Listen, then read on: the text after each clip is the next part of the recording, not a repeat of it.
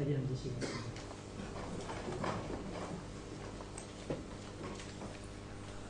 우리 옆에 계신 분하고 인사할까요? 잘 오셨습니다. 반갑습니다.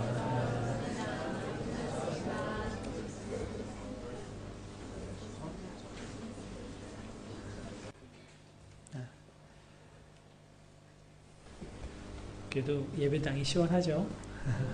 더워도. 여러분 지난주에 축구 보셨습니까?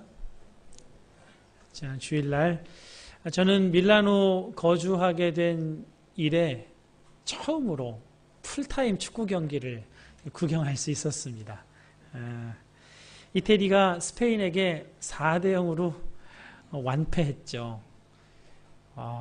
마음이 막 이렇게 짠하더라고요. 꼭 우리나라가 진 것 같은 그런 느낌까지 들어서 참 6개월 기간에 적응을 참 잘했구나 그런 생각을 또 했습니다. 관심을 가지고 보신 분들은 다 공감하시겠지만 그날 이태리 국가대표는 스페인 국가대표의 상대가 되지를 못했습니다. 완패했습니다.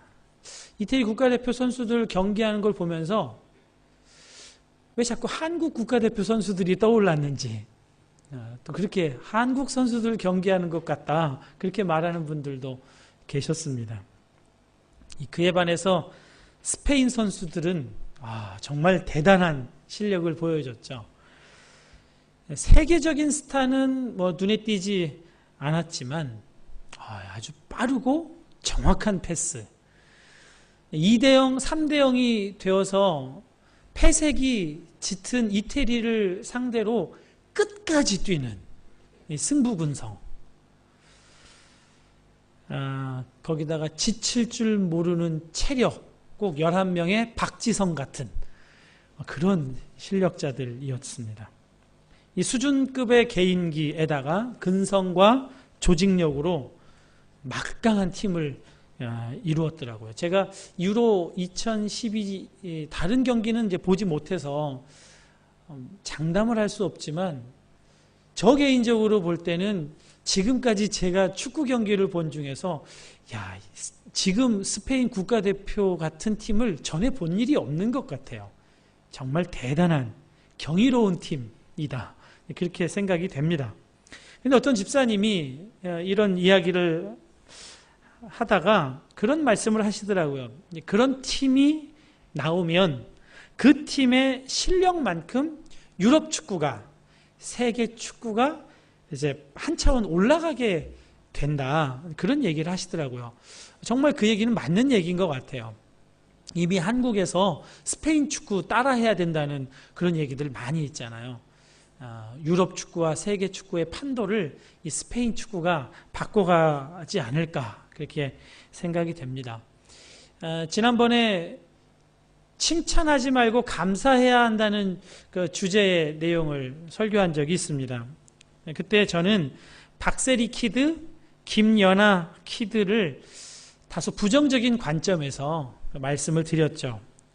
재능이 없는데도 사람들의 칭찬을 들으니까 거기에 막 앞다투어서 자신의 삶을 던지는 그런 다투는 그런 일들에 대해서 이야기한 적이 있습니다. 그런 부작용이 실제로 있습니다. 그러나 그럼에도 불구하고 이 박세리, 김연아는 하나의 새로운 장을 여는 사람이었음에 틀림이 없습니다. 박세리 때문에, 김연아 때문에 한국도 스케이트가 가능하고 피겨 스케이트가 가능하고 한국도 골프가 가능하다는 그런 눈이 열리게 됐잖아요. 논바닥에서 골프 연습을 해도 박세리만큼은 될 수가 있고 목동 경기장, 태릉 경기장을 전전하면서 전용구장도 없이 연습을 해도 김연아만큼은 그래도 될 수 있는 그런 길이 열린 거잖아요.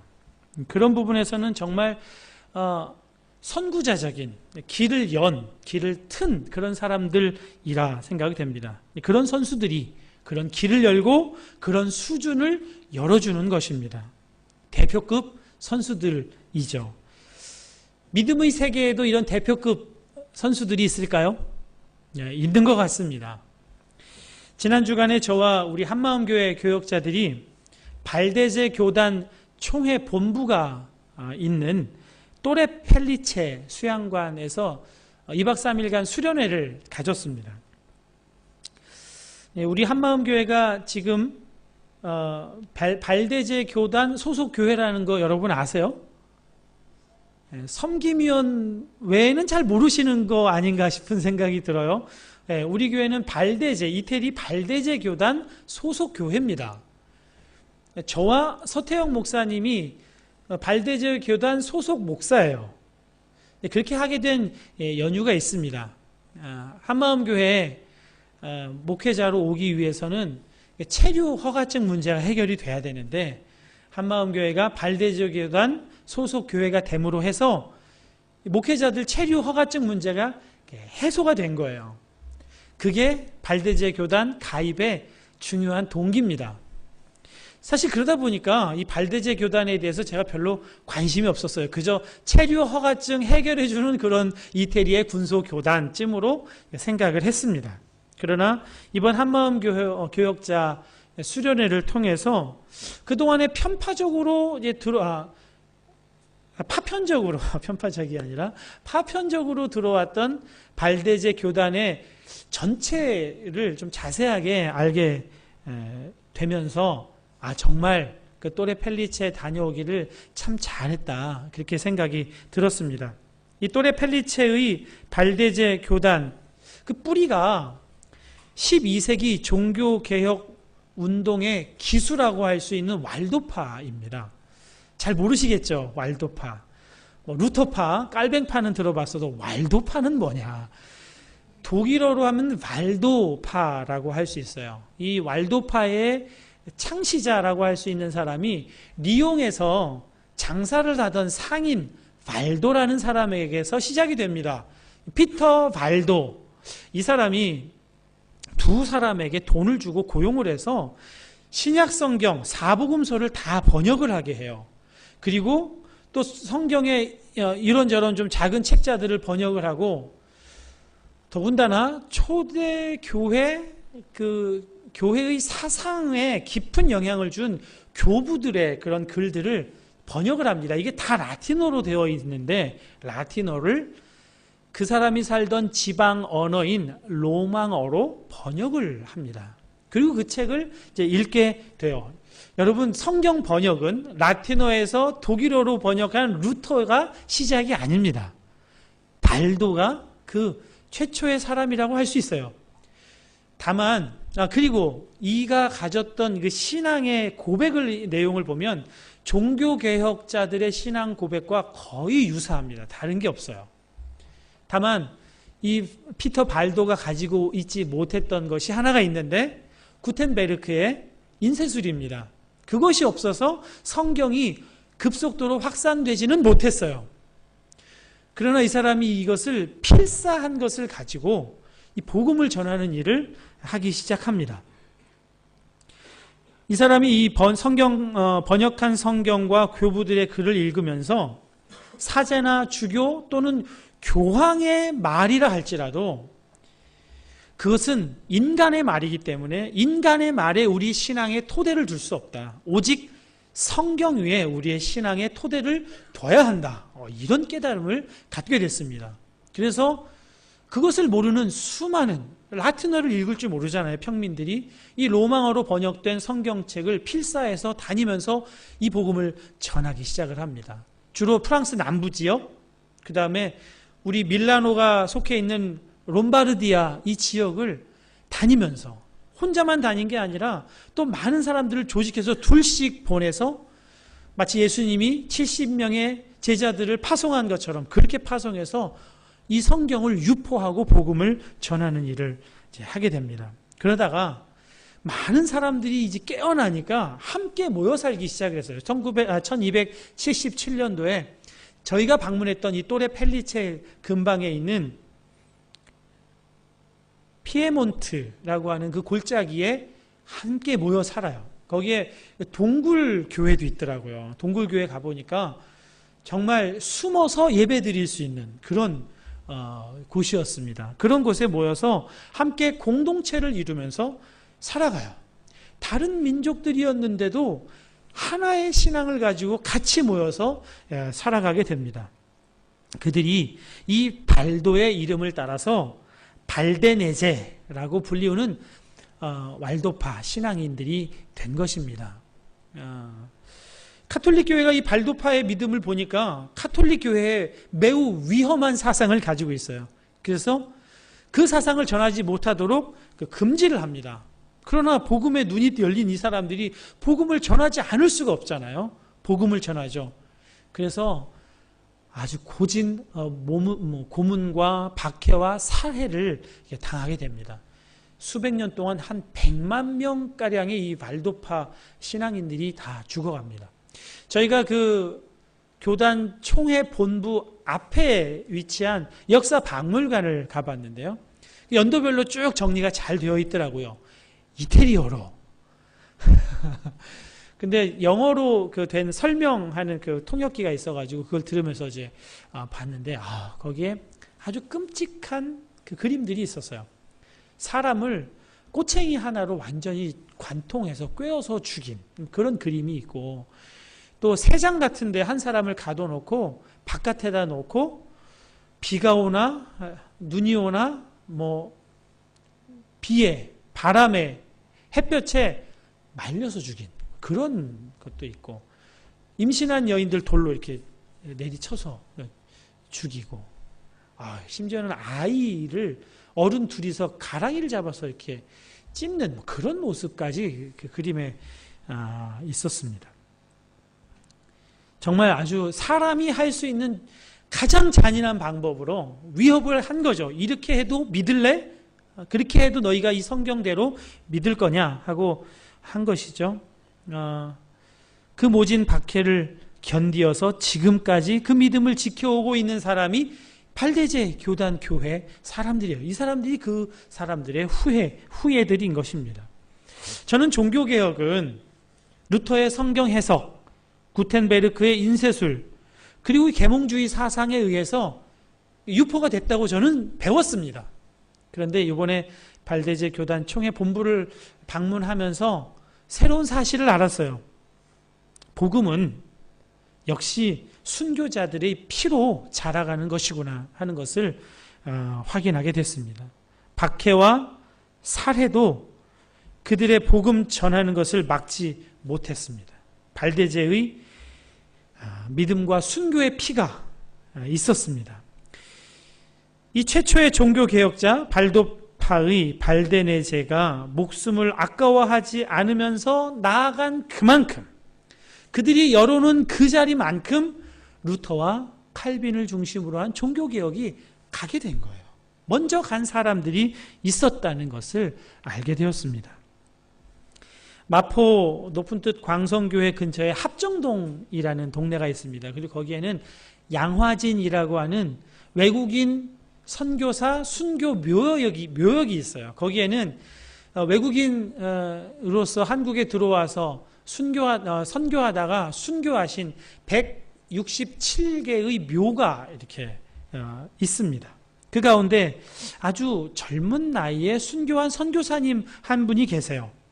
루비 캔드릭 선교사님이신데요. 이분은 24살, 그러니까 1907년 9월에 파송을 받아와서 약 8개월간 조선어를 배우다가 꽃도 피우지 못하고 순교한 그런 선교사님이십니다. 이 선교사님이 그 부모님에게 보낸 편지가 있어요. 제가 소개해 드리고 싶습니다.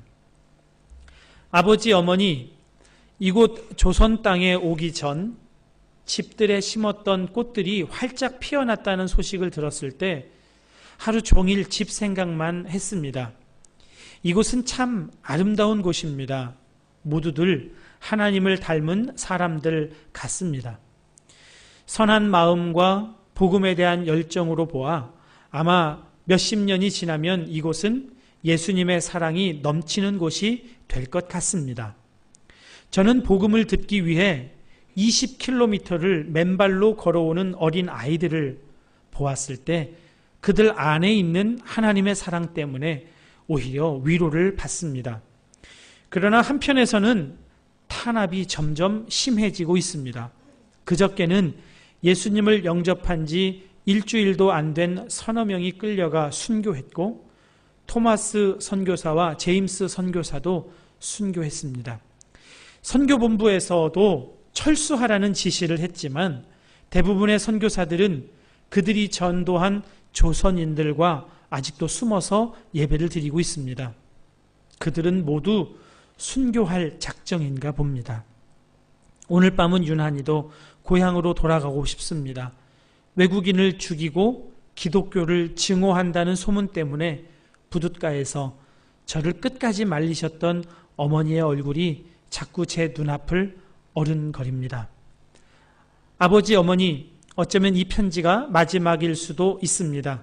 제가 이곳에 오기 전 뒤뜰에 심었던 한 알의 씨앗으로 인해 이제 내년이면 온 동네가 꽃으로 가득하겠죠. 그리고 또 다른 씨앗들을 만들어내겠지요. 저는 이곳에서 작은 씨앗이 되기로 결심했습니다. 제가 씨앗이 되어 이 땅에 묻히게 되었을 때 아마 하나님의 시간이 되면 조선 땅에는 많은 꽃들이 피고 그들도 여러 나라에서 씨앗이 될 것입니다. 저는 이 땅에 저의 심장을 묻겠습니다. 바로 이것은 조선을 향하는 제 열정이 아니라 조선을 향한 하나님의 사랑이라는 것을 알게 되었습니다. 어머니, 아버지, 사랑합니다. 이렇게 편지가 끝을 맺고 있습니다. 정말 이 어린 선교사님이 본 그대로 수많은 복음의 씨앗들이 한국에 있지 않습니까? 여러분이 바로 그 복음의 씨앗으로 여기에 있는 사람들 아닙니까? 선교사님의 묘비에 이런 글이 적혀 있습니다. 저에게 1000개의 삶이 있다면 모두 한국 사람들에게 주고 싶어요. 어떻게 이렇게 한국을 사랑하는 마음을 갖게 되었을까요? 선교사님이 세상을 떠나기 직전에 주변 사람들에게 이런 말을 남겼다고 합니다. 만일 내가 죽으면 텍사스 청년들에게 가서 10명씩, 20명씩, 50명씩 조선으로 오라고 일러주십시오.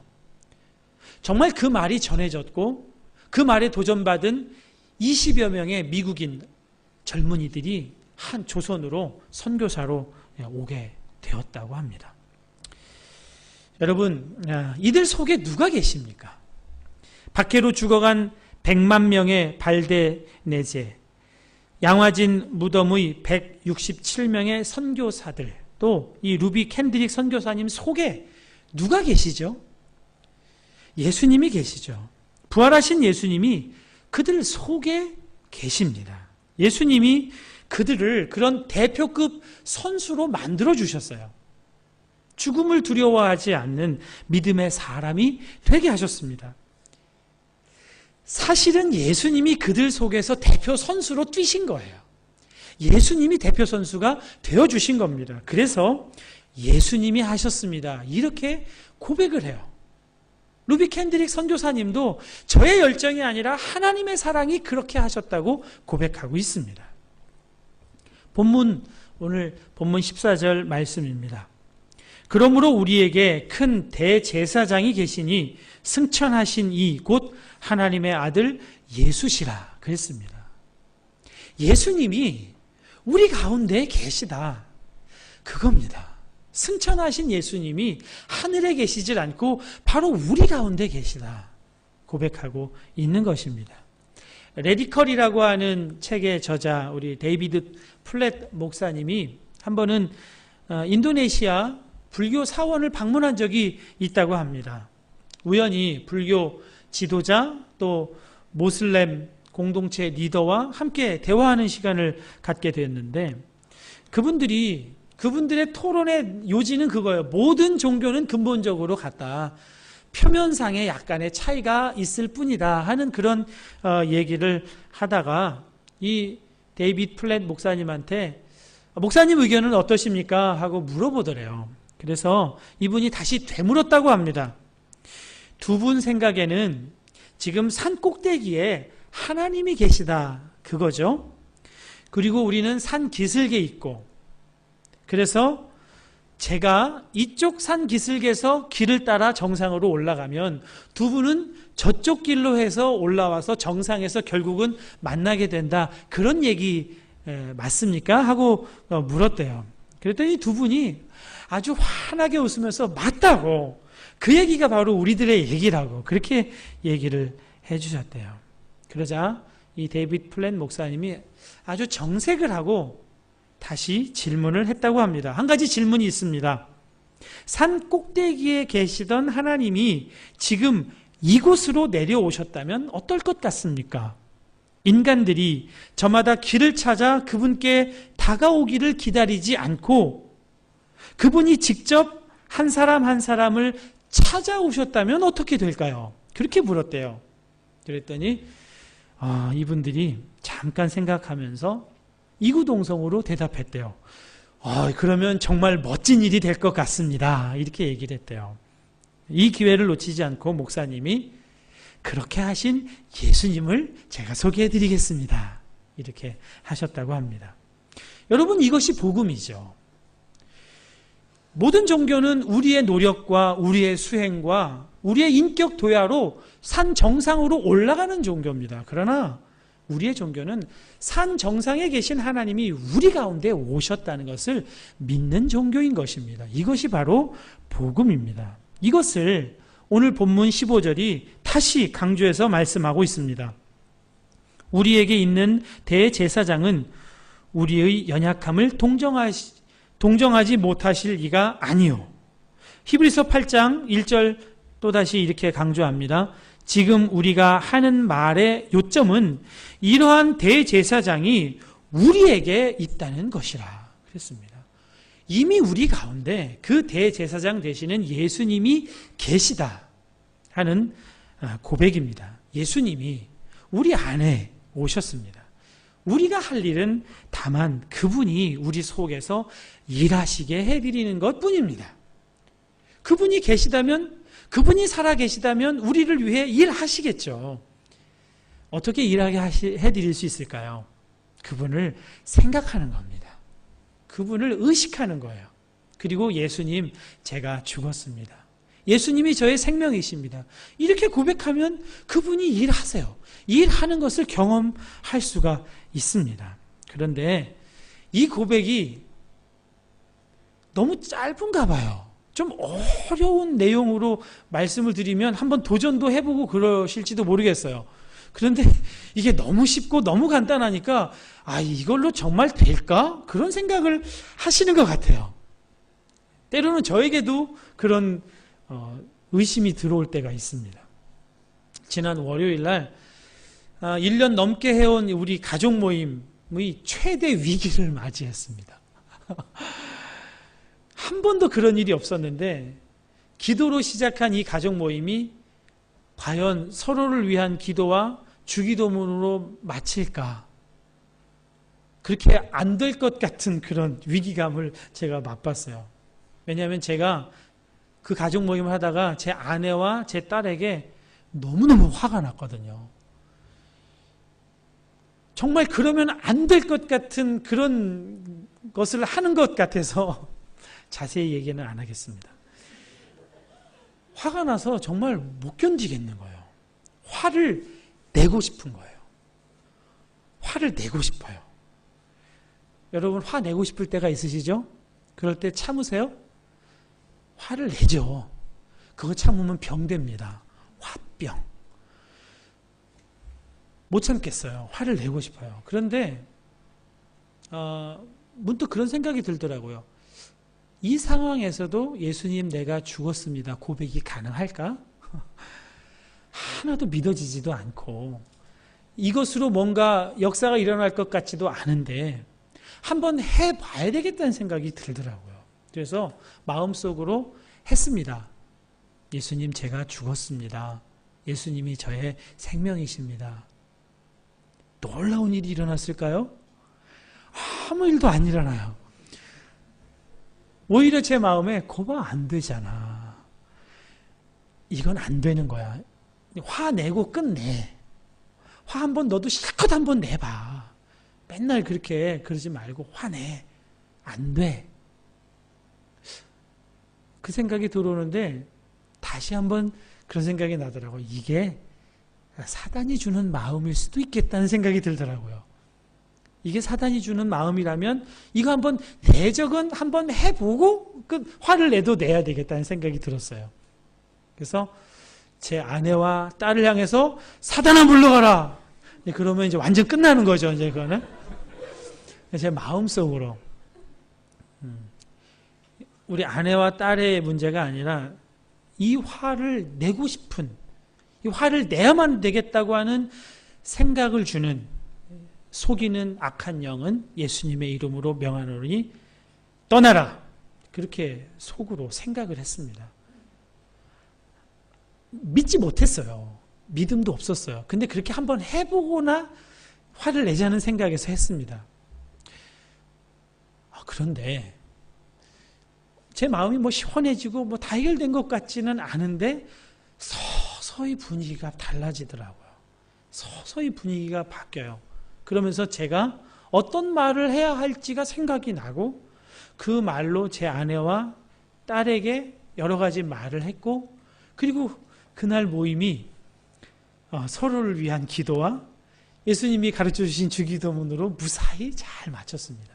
다음 날 다시 가족 모임을 했어요. 그때 제가 한번 물어봤어요. 우리 딸에게 어제 그때 어땠는지, 그 마음이 어땠는지 물어봤어요. 딸이 그러더라고요. 지금까지 자기는 아버지라고 하는 존재는 늘 자기를 귀찮게 하고 장난치고 스킨십만 하려고 하는 귀찮은 존재인 줄 알았는데 어제를 기점으로 해서 마음이 달라졌다는 거예요. 아빠가 어쩌면 내 마음을 저렇게 정확하게 알까? 내 마음속에 있는 걸 어쩌면 저렇게 다 말로 할 수 있을까? 깜짝 놀랐다고 얘기를 하더라고요. 여러분, 제가 한 일이죠? 네, 제가 한 일이 아니죠. 예수님이 하신 거예요.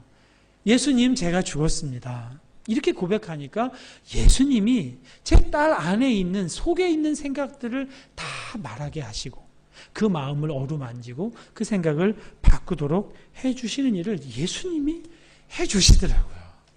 이렇게 별것도 아닌 믿음을 가지고도 이 고백이 이렇게 놀랍게 쓰인다면 정말 믿음으로 한다면 어떤 일이 일어날까요, 여러분?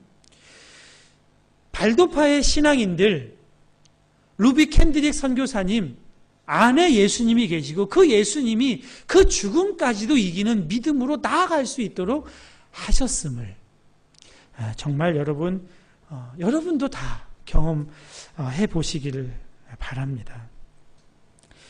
작년 11월 한 주간 밀라노 한마음교회를 방문하고 이제 돌아갈 때 하나님이 제게 두 가지의 생각을 주셨습니다.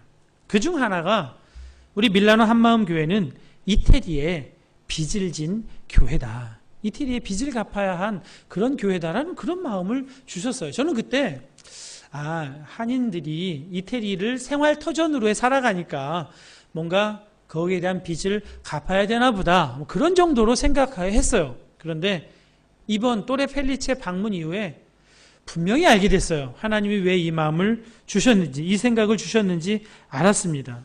이 발데네제의 순교의 필요, 종교개혁이 이루어지고 유럽의 프로테스탄트 교회들이 세워지고 그것이 미국으로 갔고 미국의 이 개신교회들이 한국으로 수많은 선교사들을 파송해서 바로 우리가 여기에 있는 거 아닙니까? 그들에게 복음의 빚이 있는 것 아니겠습니까? 우리는 정말 밀라노 한마음교회는 이태리 발도파와 발디네제들에게 복음의 빚을 진 사람들임에 틀림없습니다.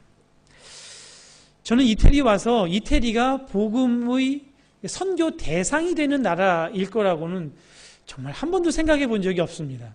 한국에 있을 때는 이태리는 캐톨릭 국가고 기독교 국가지 이렇게 생각을 했지 선교 대상이 될 거라고는 생각을 못했어요. 그런데 와보니까 정말 선교 대상 국가가 맞습니다. 이태리는 십자가 복음을 거의 다 상실한 나라가 되었습니다. 지난번에 헝가리, 알바니아, 코소보 선교지를 탐방하고 오면서 동유럽 교회들도 다 이 십자가 복음 위에 서 있지 못하다는 것을 확인하고 왔습니다. 교회마다 젊은이들이 다 사라졌어요. 어린아이들도 없어요. 교회에 젊은이, 어린이가 없다는 것 무엇을 상징합니까? 교회의 미래가 없다는 것을 말하죠. 알바니아 코소보 선교사님들이 그래서 어린이 전도, 어린이 선교가 선교의 매우 중요한 전략이라고 이구동성으로 말씀을 해 주셨어요. 이 유럽 교회의 위기가 동유럽에만 있는 것 같지 않더라고요. 이 서유럽 개신교가 탄탄하게 있다고 하는 독일 교회에도 이런 심각한 문제가 있다는 것을 이번에 그 교단 총회 본부 수련관 가서 만난 독일인 목사님 부부 두 가정을 만나면서 확인을 하게 됐어요. 그분들이 그러더라고요. 독일 교회에는 자기가 섬기고 있는 교회는 주일 학교가 없대요. 썬데이 스쿨이 없답니다. 그럼 언제 모여요? 한 달에 한 번, 그것도 교육이 아니라 이벤트를 하기 위해서 그냥 모인대요. 썬데이 스쿨이 다 사라졌어요. 어떻게 신앙을 전수할 수 있겠습니까? 물론 독일인들, 그냥 시민들이 한국의 믿음 좋다고 하는 분들보다 훨씬 더 도덕적이고 윤리적이라는 거 저도 잘 알고 있습니다. 그러나 그것이 십자가 복음을 바탕으로 해서 이루어진 일이 아니에요. 그것은 기독교 사상 안에 사회 윤리, 도덕 윤리가 남아 있어서 그렇게 사는 것뿐이지 십자가 복음으로 사는 삶에서 나타난 결과가 아니라는 것을 여러분들도 다 잘 알고 있으리라고 믿습니다.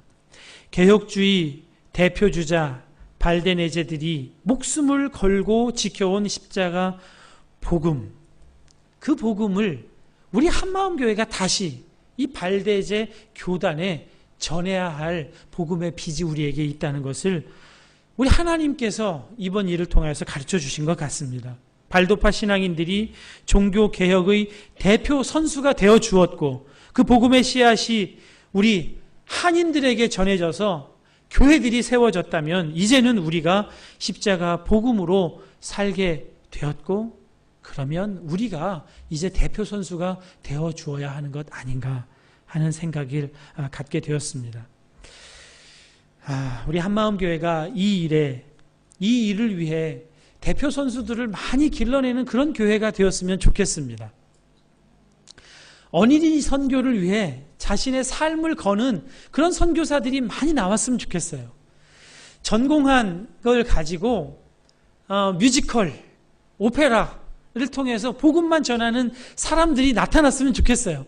그런 사람들을 길러내는 교회가 되었으면 좋겠습니다. 그것으로 복음의 빚을 갚는 교회가 될 것이라고 저는 믿습니다. 여러분, 그런 대표급 선수들이 교회 안에 생기면 유럽 교회가 달라지기 전에 한마음 교회가 달라져요. 한마음 교회가 그 수준, 그 차원으로 올라가게 되는 것입니다. 예수님 내 안에 계심을 정말 믿는 사람, 정말 예수님 내가 죽었습니다. 예수님이 나의 생명이십니다. 이것을 고백할 수 있는 사람들은 교회를 바꾸는 사람들이 될 것입니다. 지난번에 지용훈 목사님 오셨죠. 그분은 거리 전도하는 것 외에 돈을 버는 일을 하질 않았어요. 사모님에게 돈 벌으려고 하지를 않으신대요. 어느 단체에 소속되어서 그분들에게 후원금을 받는 일도 하지 않습니다. 그런데 그분을 하나님이 먹이시고 입히시고 놀라운 일에 쓰고 계세요. 그분이 하는 일이 뭐죠? 그냥 길거리에 피켓 들고 서 있는 거예요. 만난 사람에게 예수님 믿으라고 복음 전하는 그 일밖에는 하지 않으세요. 그런데 그분을 놀랍게 쓰시는 하나님을, 그분을 통해서 우리가 다 경험해 보았습니다. 이 십자가 복음에 분명히 서 있는 사람들이 있다면 그 사람은 먹을 거 걱정 안 해도 돼요. 입을 거 걱정 안 해도 되고 내 인생 진로 어떻게 살아갈까 그 고민 안 해도 됩니다. 하나님이 쓰실 거예요. 그런 사람들이 우리 교회 안에 있을까요? 너무 많아요. 정말 많아요. 자기만 몰라. 자기만 모르는 것 같아요. 여러분, 선교사님들이 선교지 나가서 제일 먼저 하는 일이 뭐죠? 2, 3년간은 언어 배우는 일을 해요. 그리고 문화에 적응하는 일을 합니다. 그리고 학생 신분으로, 사업가 신분으로 그곳에 가서 정착해서 살아가요. 그리고 하는 일이 뭐예요? 이웃 사람과 교류해요. 선교 편지에 뭐라고 쓰는 줄 아세요? 드디어 이웃 사람과 함께 대화를 나눴습니다. 그분과 함께 식사를 했습니다. 교류가 시작됐습니다. 이게 선교 보고예요. 여러분 다 그렇게 하고 있잖아요. 여러분이 다 선교사예요. 내가 선교사라는 자의식이 없을 뿐이죠. 그 일에 내가 정말 예수님이 나를 쓰실 거라고 하는 믿음이 없을 뿐이죠. 그 믿음만 가지면 여러분을 통해 놀라운 일들이 우리 한마음교회 안에 이루어질 줄 믿습니다.